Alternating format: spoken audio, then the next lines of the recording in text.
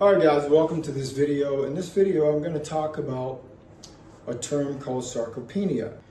I'm here without a shirt just because I want you to see I've lost a good 10 pounds. I haven't wanted to, haven't attempted to. I did do a challenge with a group about a month ago, and so I ate cleanly, but I continued to exercise, strength train. So yeah, it is obvious that I still have some muscle. The point of this video is not so much about me, but I'm using myself as a real present and live example of the fact that sarcopenia is a real thing. I've just recently turned 60, and if it can happen to someone like me who exercises regularly, I lift and have lifted most of my life, then it certainly can happen to anyone that's more than 40 years of age and isn't engaged in strength training on a regular basis and regularly engaging in the proper amount of protein consumption. But I really want to bring home the point that according to all the science, particularly the more recent science, being strong and maintaining muscle tissue is the number 2 thing of all things that you could do to really support longevity. It's important to our ability to function, to move, to navigate, to be able to sit up and down, to walk, to support ourselves, to balance, particularly as we get older. You see this a lot in older people.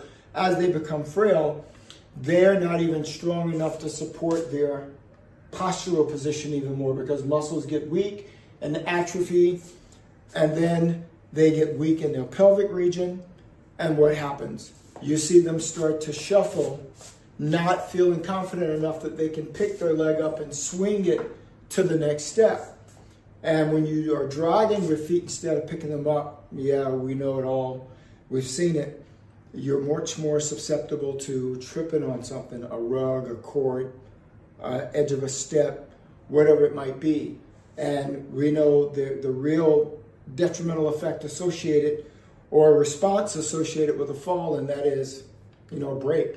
It can be a hit, an arm, really, really bad rotator cuff damage, tear, a concussion, and unfortunately, according to the Centers for Disease Control, that oftentimes leads to death in a large percentage of people, which is a very, very, very scary statistic.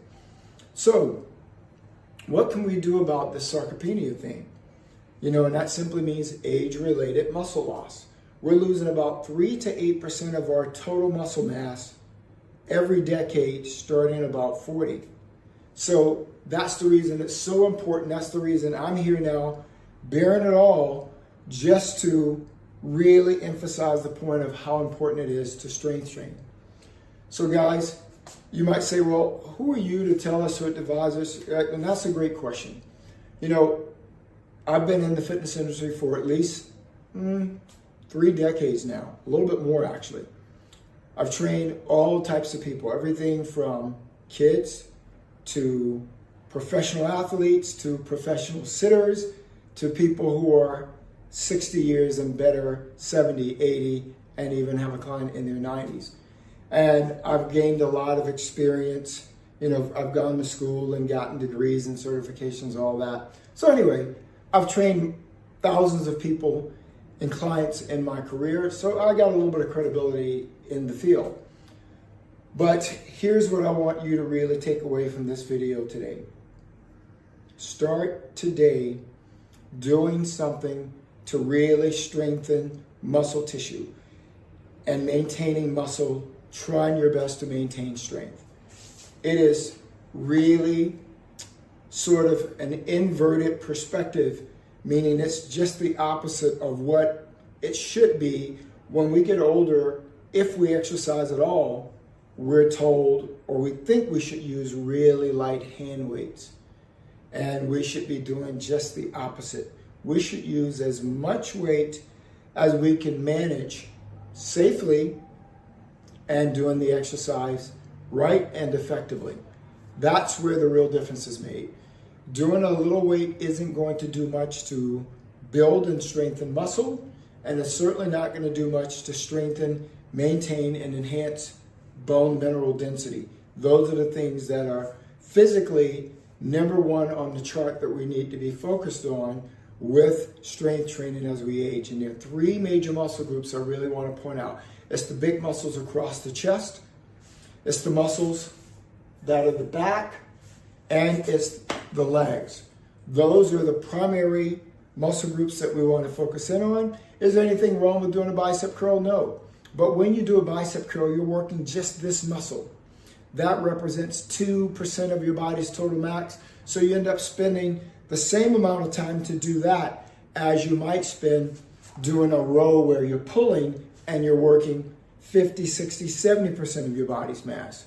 So in an upcoming video and videos to come, I'm going to show you the exercises that I do to try and hold on to the muscle tissue that I still have.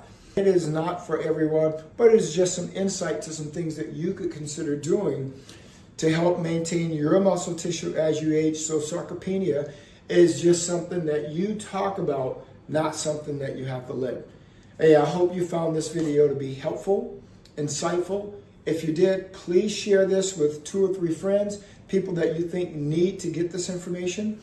I'd appreciate it if you like the channel and maybe consider subscribing and click the notification button so that when the next video comes out, you'll be alerted and notified that it's up, loaded, and ready for you to view. Take care, and thanks for hanging out with me.